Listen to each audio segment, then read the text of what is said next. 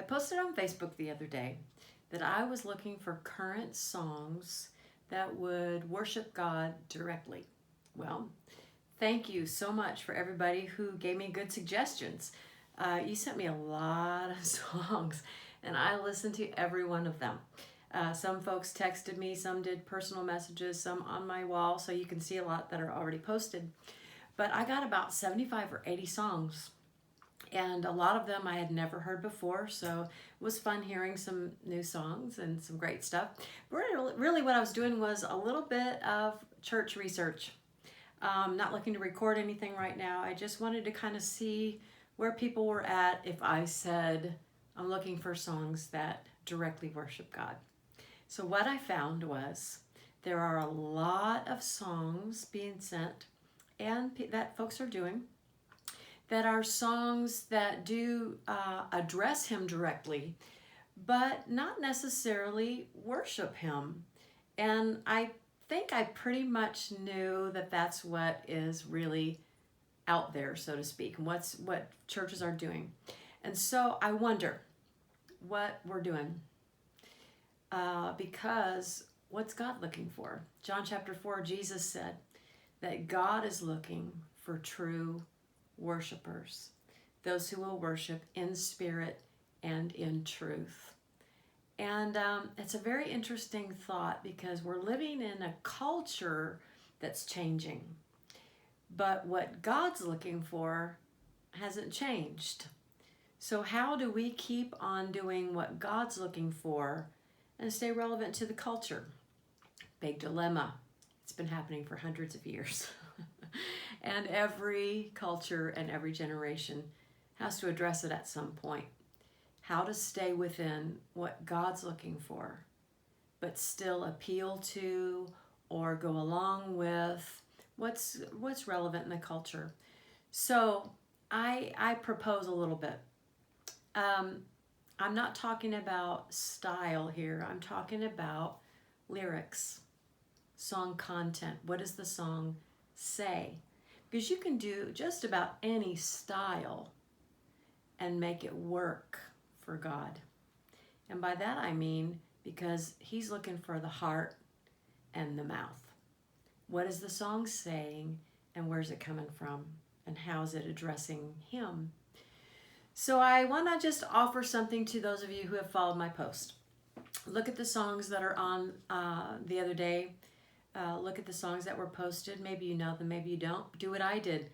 YouTube and find them and listen to them and really look at it with your heart. So there's a lot of songs, though they are full of gospel truths, and they edify and lift up Jesus. They don't necessarily address Him as far as in a reverent sort of way, in a way that just talks about His majesty, His holiness, His awesomeness. I have found, and if you look and listen, maybe you'll find the same thing. I have found that a lot of the songs talk about how He makes us feel about Him. In other words, Jesus, I love you because you make me feel so good about my current situation, or because I know you'll stick by me and I know you'll pull me through. So I worship you because as long as I keep my eyes on you, then everything's going to be okay. Well, true to a point, but it doesn't really change our situation, and it doesn't really, He inhabits the praises of His people. So how far are we going? Are we really praising Him? Are we really worshiping Him? Are we really have our eyes on Him? Or are we embracing the culture we're in, which I'm going to call selfie, our selfie culture, which is like kind of taking a snapshot of us during worship, going, I'm here, I am in your presence, Lord, but I'm going to take a picture of me and tell you how I feel about it, how I feel about being in your presence, how I feel about you, how do you feel about me? And we're still focusing on me. I think we got that stuck in us. So we really need to get our eyes on Him.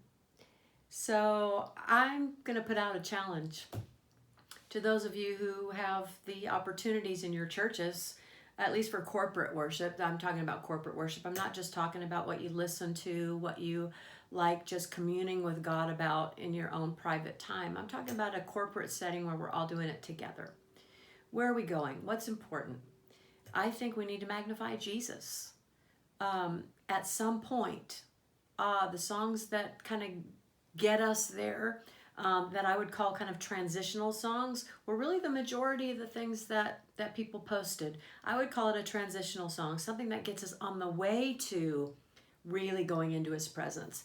But then I wonder, in the whole scheme of things, are we also then going to put in the songs that are really there in his presence?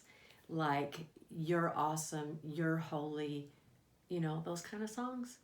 So I also put a challenge out there.